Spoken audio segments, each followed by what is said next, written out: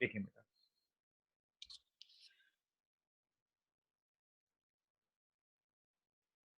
हम किसी भी एंटरप्राइज की बात करते हैं,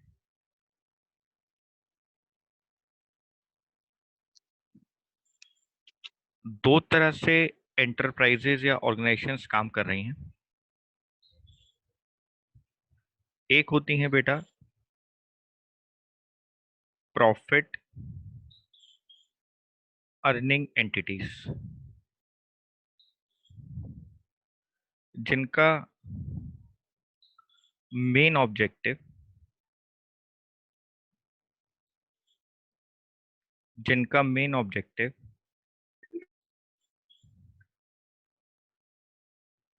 टू अर्न प्रॉफिट, प्रॉफिट को अर्न करना होता है। एक होती हैं बेटा नॉन फॉर प्रॉफिट ऑर्गेनाइजेशंस या एंटिटीज। इनका जो मेन ऑब्जेक्ट होता है, इनका जो मेन ऑब्जेक्टिव होता है बेटे, वो होता है not to earn profit but its M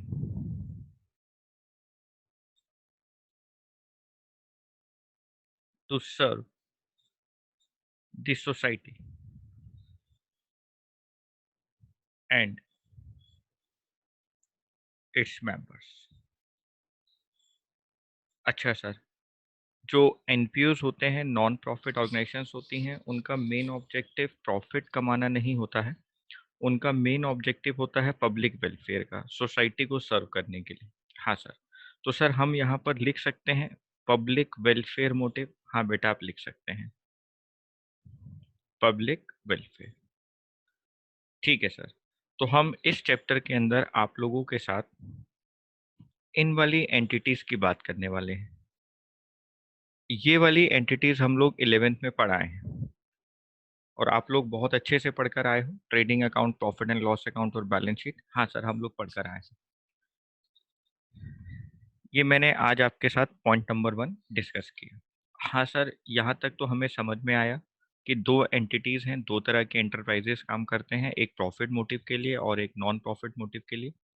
ऐसी ऑर्गेनाइजेशंस, ऐसी एंटिटीज जो नॉट प्रॉफिट के लिए काम कर रही हैं, नॉट टू अर्न प्रॉफिट के लिए काम कर रही हैं, उसको नॉन फॉर प्रॉफिट ऑर्गेनाइजेशंस कहा जाता है। हाँ बेटा। पॉइंट नंबर 2, सर आप हमें कुछ एग्जांपल्स दे सकते हैं ऐसी कौन सी ऑर्गेनाइजेशंस होती हैं? बेटा मैं उसी के ऊपर आ रहा हूँ, बस आप ध्यान से समझते जाएं और नोट करते जाएं, आपको सारा चैप्टर आराम से समझ में आ जाएगा। Not for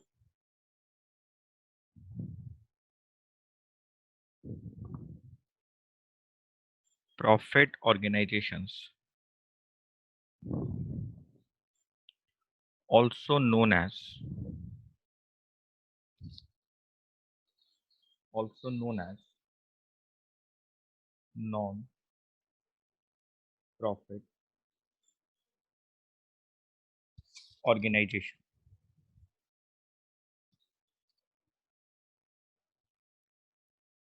are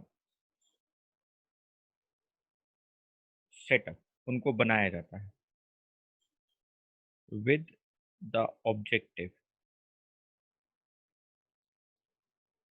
with the objective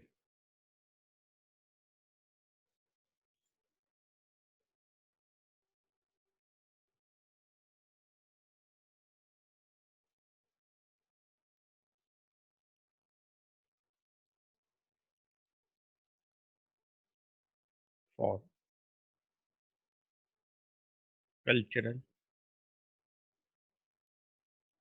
educational,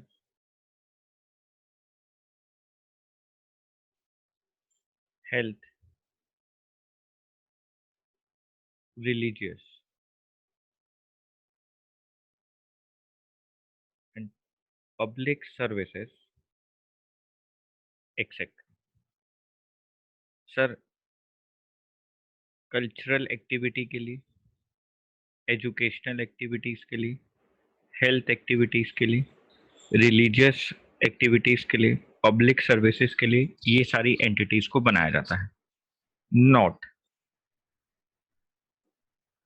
with the purpose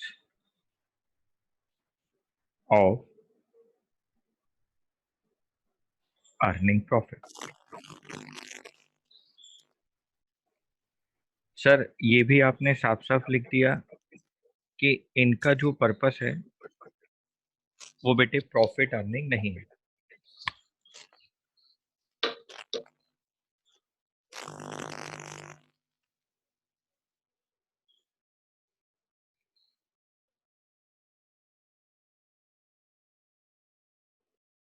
मैं यहाँ पर आपके साथ एग्जाम्पल्स की भी बात करता हूँ। स्कूल्स, हम यहाँ पर गवर्नमेंट स्कूल्स की बात कर रहे हैं, प्राइवेट स्कूल्स की बात नहीं कर रहे हैं। प्राइवेट स्कूल्स तो प्रॉफिट अर्निंग एंटिटीज में आएंगे। हम यहाँ पर गवर्नमेंट स्कूल्स की बात कर रहे हैं, ठीक है, गवर्नमेंट स्कूल्स।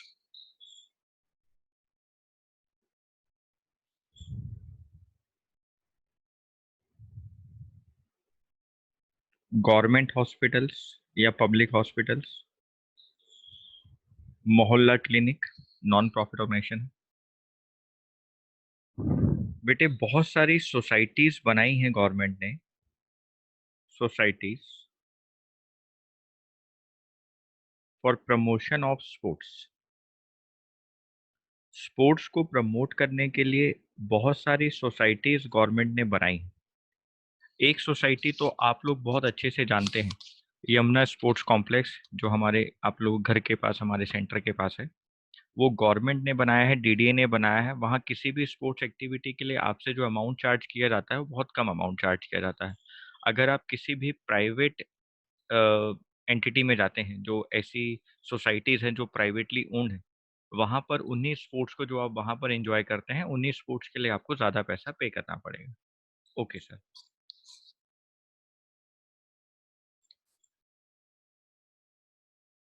सर अब आप एक बात बताओ, अगर ये एंटिटीज, ये ऑर्गेनाइजेशंस बिना प्रॉफिट के काम कर रही हैं, तो सर इनके पास पैसा कहाँ से आता है? भाई बिना पैसे के तो सर कोई काम कर नहीं सकता। अब इनको जो फंड्स चाहिए अपनी डे टू डे एक्टिविटीज को करने के लिए, उसको चलाने के लिए, चाहे वो गवर्नमेंट स्कूल्स हों, चाहे पब्लिक हॉस्पिटल्स हों, चाहे सोसाइटीज हों जो स्पोर्ट्स को प्रमोट कर रही हैं, सर ऐसी सोसाइटीज को चलाने के लिए इनके पास पैसा कहाँ से आएगा, इनके पास फंड्स कहाँ से आएगा? बेटा मैं उसी की आपसे बात कर रहा हूँ। जो भी एनपीओ होते हैं, नॉन प्रॉफिट ऑर्गेनाइजेशंस होती हैं, बेटा इनको जो भी फंड्स रिक्वायर्ड होते हैं, इनको जो भी फंड्स रिक्वायर्ड होते हैं वो कहाँ से आते हैं? अभी हम इसको डिटेल में चर्चा भी करेंगे, लेकिन मैं अभी आपको थोड़ा सा बताता हूँ कि वो फंड्स कहाँ से आते हैं। वो फंड्स आते हैं सोर्स्ड या कॉन्ट्रीब्यूटेड,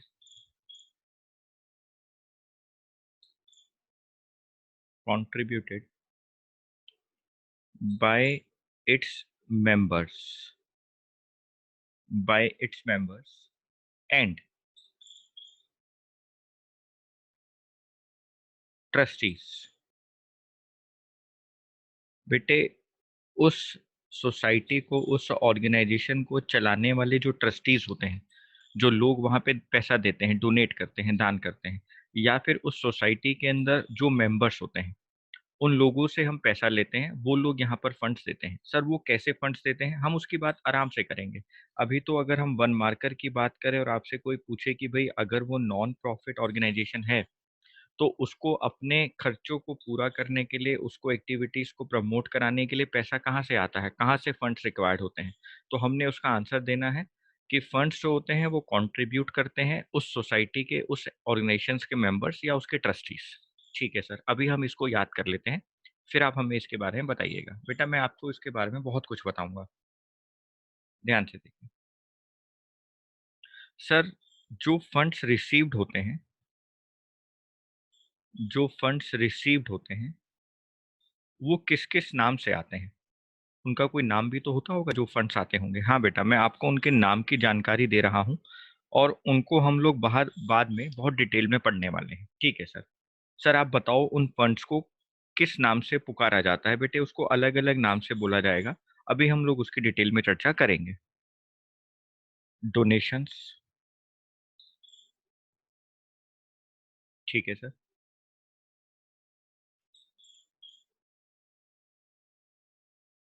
एंट्रेंस फीस। ठीक है सर। बेटे अभी आप लोग बिल्कुल भी इस विषय में चिंता नहीं करेंगे कि ये क्या होता है, क्योंकि हमें इसके बारे में भी बहुत बात करनी है। ठीक है सर। सब्सक्रिप्शन। अब आपके मन में विचार आ रहा होगा सर सब्सक्रिप्शन क्या होता है, और मैं आपको बार बार कह रहा हूँ कि मुझे अभी इन सब के बारे में आपसे आराम से बात करनी है। लोन्स।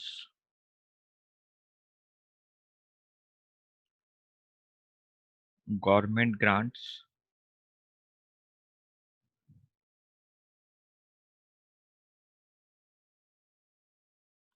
ठीक है सर। तो सर अभी बस हम लोग इतना सा मान लें, अभी हम लोग इतना सा मान लें कि जो ये फंड्स आपने हमें यहाँ बताए हैं कि इनके पास जो फंड्स रिसीव होते हैं वो किस किस नाम से होते हैं। बेटा उन फंड्स में से कुछ को हम बोलेंगे डोनेशंस, कुछ हमारे लिए वहाँ पे फंड्स इस नाम से होंगे एंट्रेंस फीस के नाम से, कुछ वहाँ पे सब्सक्रिप्शन के नाम से फंड्स होंगे, कुछ लोन्स होंगे और कुछ गवर्नमेंट ग्रांट्स होंगे। अभी हम लोग इन सारे वेरिएबल सर बहुत डिटेल में चर्चा करेंगे। ठीक है सर। अभी तक हम लोगों ने आपको तीन बातें बताई हैं। पहली बात मैंने आपको बताई कि जो एंटरप्राइजेज होते हैं वो दो तरीके से हैं, एक प्रॉफिट अर्निंग एंटिटीज हैं, एक नॉन प्रॉफिट ऑर्गेनाइजेशंस हैं। जो प्रॉफिट अर्निंग एंटिटीज होती हैं उनका मेन ऑब्जेक्टिव प्रॉफिट को अर्न करना होता है। जो नॉन प्रॉफिट ऑर्गेनाइजेशंस होती हैं उनका main objective not to earn profit होता है। ठीक है सर। इनका मेन एम होता है सोसाइटी को सर्व करना, पब्लिक को सर्व करना। ठीक है सर।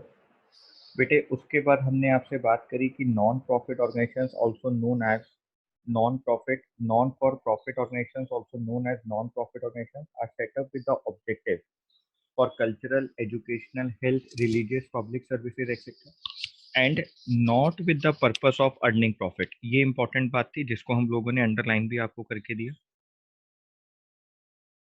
हमने उसके एग्जाम्पल्स भी आपको लिखवाए, government schools, public health services, public hospital, societies for promotion of sports etcetera.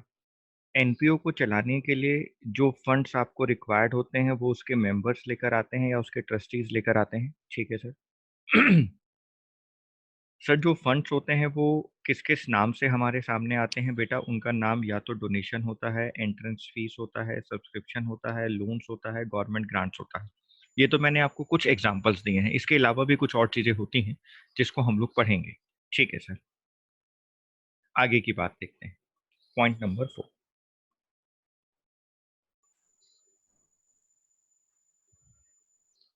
हम लोग बात करते हैं features of features of non profit organisation. हम लोग बात करते हैं features of non profit organisations. हमारे पास अलग अलग फीचर्स हैं नॉन प्रॉफिट ऑर्गेनाइजेशंस के, हम आपसे एक एक करके बात करते हैं। जैसे कि पॉइंट नंबर 1, एंटिटी। आपको इस बात को याद रखना है कि एनपीओ अपने मेंबर से सेपरेट लीगल एंटिटी में होता है। उसकी अपनी एक सेपरेट लीगल एंटिटी होती है फ्रॉम इट्स प्रमोटर्स। जो एनपीओ स्टार्ट करते हैं, जो मेंबर्स या ट्रस्टीज एनपीओ में होते हैं, और एनपीओ का जो अपना नाम होता है बेटे, वो दोनों आपस में सेपरेट लीगल एंटिटी में होते हैं। हर एनपीओ का अपना एक नाम होगा, उसके मेंबर्स और ट्रस्टीज अलग हैं और एनपीओ अलग है। ठीक है sir. Point number 2, purpose. Sir NPO का पर्पस क्या होता है? बेटे ये मैं आपसे बात कर चुका हूँ, मैं दोबारा से यहाँ लिख देता हूँ। पब्लिक वेलफेयर या सर्विस मोटिव।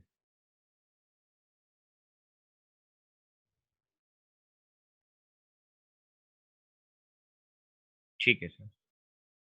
सर हमें ये वाली बात भी समझ में आ गई। Point number 3, ownership.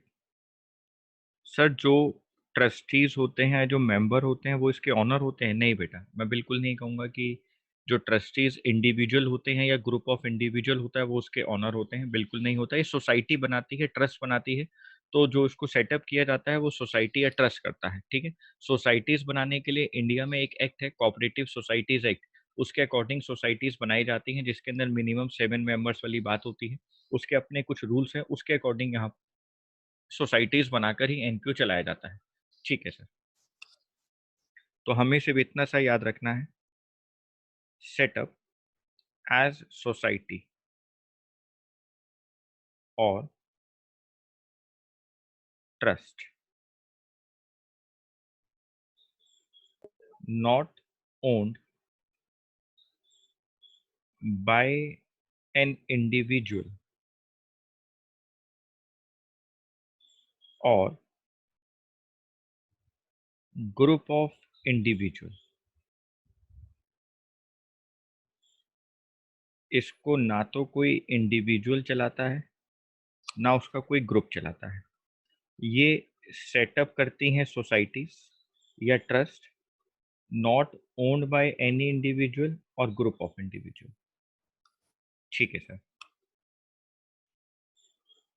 Next point, ownership. Sir हाँ बेटा। सर कोई तो ओनर होता होगा इसका, बेटे ऑनर नहीं होते किसी के हैं। हाथ में तो डिसीजन मेकिंग होती होगी। बेटे आप सुरनल विहार में रहते हो, आपके बी ब्लॉक में अंदर घुसते ही उल्टे हाथ पे एक मंदिर आता है। हाँ, उस मंदिर का मालिक कौन है? कोई भी नहीं होगा। कोई नहीं है बेटे। उस मंदिर को चलाने वाली जो आपकी कोई शिक्षक भी नहीं होगा सर। हाँ, जो शिक्षक सदन है ना, हाँ हाँ हाँ, है कोई ना। नहीं है सर, मालिक मालिक हाँ मंदिर का मालिक मालिक कोई कैसे हो सकता है। हाँ वही अब आ रही बात समझ में। तो बेटे जो भी हाँ जी। सोसाइटीज एक्ट के अंदर ऑर्गेनाइजेशंस रजिस्टर्ड होती है ना, उनका कोई इंडिविजुअल मालिक नहीं होता है। उसमें सोसाइटी के अंदर 7 मेंबर्स कम से कम होते हैं और ज्यादा कितने भी हो सकते हैं। तो आपके सुरनवल विहार के मेंबर्स है ना, जो वो शिक्षक सदन के अंदर रजिस्टर्ड है, ठीक है। एक सोसाइटी बनी हुई अच्छा। है, ठीक है। वो सोसाइटी जो है वो आपके सुरवल विहार में टीचर्स कॉलोनी के नाम पे वो सोसाइटी रजिस्टर्ड है कोऑपरेटिव एक्ट में, ठीक है। तो आपके वहां पर जो भी एक्टिविटी होती है पब्लिक वेलफेयर की, वो शिक्षक सदन से परमिशन लेनी पड़ती है, उनके सेकंड फ्लोर के ऊपर जाके जो उनका ऑफिस बना हुआ है। तो वो सोसाइटी वहां पर उस चीज को रन कर रही है। तो जो मंदिर की लैंड है या उस मंदिर में होने वाली एक्टिविटीज हैं, वो सारी परमिशन हमें वहां से लेनी पड़ती है। तो जो सोसाइटी के मेंबर्स या ट्रस्टीज होते हैं ना, वो उसको रन करते हैं और वो चेंज भी होते रहते हैं टाइम टू टाइम, ठीक है। ठीक है सर। नेक्स्ट बात आती है इसकी मैनेजमेंट। सर इसको मैनेज कौन करता है, इसकी प्रबंधन कौन करता है? तो बेटे मैनेजमेंट इसकी करते हैं ट्रस्टीज,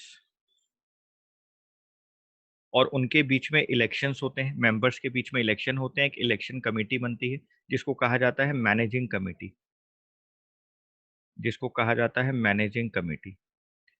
आपकी रेजिडेंट वेलफेयर सोसाइटीज जो होती हैं, आरडब्ल्यूए होती हैं, अलग अलग कॉलोनीज के अंदर, वहां पर भी इलेक्शंस होते हैं। प्रेसिडेंट होता है, वाइस प्रेसिडेंट होता है, ट्रेजरर होता है। हाँ सर, वो सब लोग क्या करते हैं बेटे, उस सोसाइटी के अंदर मिलकर क्या करते हैं, वहाँ का वेलफेयर का काम करते हैं। तो उन्होंने भी अपने आप को एज अ सोसाइटी रजिस्टर्ड कर रखा होता है। जैसे फॉर एग्जांपल मैं आपके सामने नाम लेता हूँ, जैसे मान लो कोई है मोहल्ला सुधार सभा, ठीक है, MSW।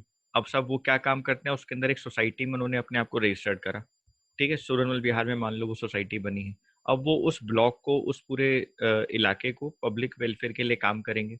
वहां से लोगों से पैसा भी लिया जाता है, उनसे चंदा भी लिया जाता है, जी हम यहाँ स्ट्रीट लाइट लगवा रहे हैं, हम पार्क को ठीक करवा रहे हैं, हम पार्किंग की फैसिलिटी करवाएंगे, मंदिर में हम ये काम करवा रहे हैं, मंदिर में मूर्तियां लगनी है। तो लोग उसके लिए पैसा डोनेट करते हैं और वो सोसाइटी उस पैसे को लेकर उस पब्लिक वेलफेयर के काम में लगाती है।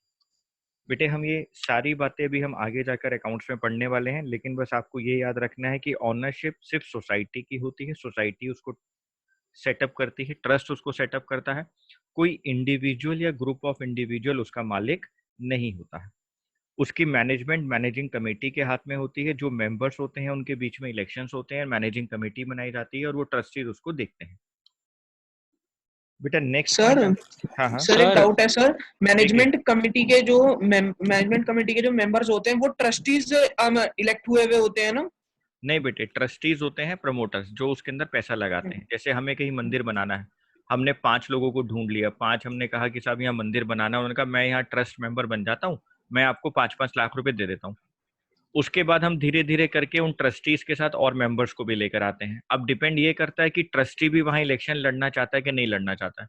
तो अगर ट्रस्टी भी अपना नाम देगा तो कोई दिक्कत नहीं है, हम उसको मैनेजिंग कमेटी में ले आएंगे। Okay sir. सर, हाँ बेटे। वो ट्रस्टीज के मेंबर क्यों बदलते रहते हैं? बेटे हर साल इलेक्शन होता है। मान लो हमने तेरे को किसी मंदिर का वो बना दिया, हेड बना दिया, प्रेसिडेंट बना दिया।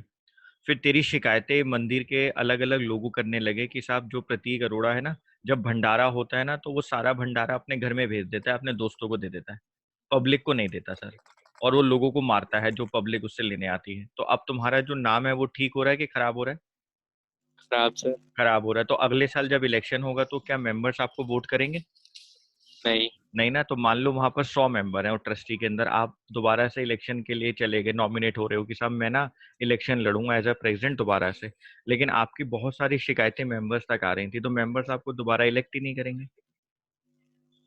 हाँ। है ना? तो ये मतलब होता है, इसलिए मैनेजिंग कमेटी चेंज होती रहती है। ठीक है सर। ठीक है बेटा। सर फंड्स की बात करते हैं। मैं बेटे ये आपके साथ पहले डिस्कस कर चुका हूँ, डिस्कस अर्लियर। फंड्स वाली बात मैंने अभी आपके साथ डिस्कस कर ली थी। ठीक है सर। बेटे ये हमारे पास फीचर्स हैं फंड एनपीओ को लेकर। आपके बुक्स में जो दिए हैं आप उसको देख सकते हैं। Entity, purpose, ownership, management. हाँ सर। और फंड्स। ठीक है सर। बेटे हमने यहाँ पर 4 पॉइंट्स आपके साथ डिस्कस करे। मैं 5th पॉइंट पर आता हूँ और मैं यहाँ पर हेडिंग डालता हूँ फाइनेंशियल स्टेटमेंट्स।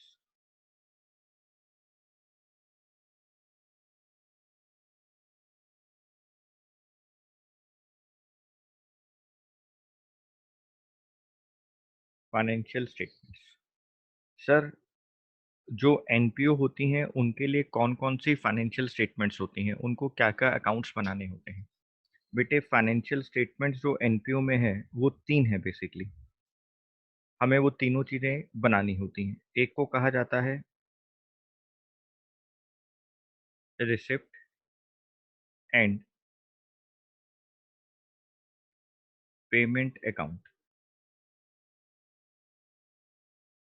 दूसरे को कहा जाता है इनकम एंड एक्सपेंडिचर अकाउंट। और बेटा थर्ड फाइनेंशियल स्टेटमेंट है हमारे पास जिसको कहा जाता है बैलेंस शीट। ये हमारे पास 3 अकाउंट होते हैं। पहला है रिसिप्ट एंड पेमेंट अकाउंट, दूसरा है इनकम एंड एक्सपेंडिचर अकाउंट और तीसरा है बैलेंस शीट। और पता है आप लोग बच्चे इतना खुश हो जाएंगे अभी जब मैं इनका दूसरा नाम आपके साथ डिस्कस करूंगा। आप सब लोग कहेंगे सर ये तो हमें बहुत अच्छे से आता है। बेटे रिसिप्ट एंड पेमेंट अकाउंट का दूसरा नाम होता है कैश बुक। अरे सर 11th क्लास में पढ़ी थी। हाँ बेटा, हम आपको आपके बचपन में लेके जाएंगे वापस। Income and expenditure account, profit and loss account. Sir balance sheet ये तो हमें सर अच्छे से पता है। ठीक है बेटा। यहाँ पर बैलेंस शीट थोड़ी सी डिफरेंट होगी। थोड़ी सी, मैं बहुत ज़्यादा नहीं कह रहा हूँ, थोड़ी सी डिफरेंट होगी। जैसे यहाँ पर हम कैपिटल वर्ड नहीं यूज़ करेंगे, हम कैपिटल फंड वर्ड यूज़ करेंगे क्योंकि एनपीओ के लिए बैलेंस शीट है। ठीक है सर। सर वो तो कोई बात नहीं है। तो बेटे ये हमारे पास फाइनेंशियल स्टेटमेंट्स हैं यहाँ पर 3, receipt and payment account, income and expenditure account और balance sheet. Receipt and payment account को दूसरा नाम कैश बुक, हम उसको कैश बुक भी बोल देते हैं। Income and expenditure account is just like a profit and loss account, लेकिन उसका नाम यहाँ पर इनकम एंड एक्सपेंडिचर अकाउंट है। और बैलेंस शीट यहाँ पर थोड़ा सा अलग होगा क्योंकि एनपीओ बन रहा है, नॉन प्रॉफिट ऑर्गेनाइजेशन है। तो वहाँ की बैलेंस शीट थोड़ा सा अलग होती है जिसको फंड बेस्ड अकाउंटिंग के थ्रू बनाया जाता है। वो हम अभी आपसे आराम से चर्चा करेंगे। यहाँ तक अगर किसी को कोई डाउट है तो पूछ सकता है। हमने अभी तक 5 पॉइंट्स आपके साथ डिस्कस किए हैं। और बेटे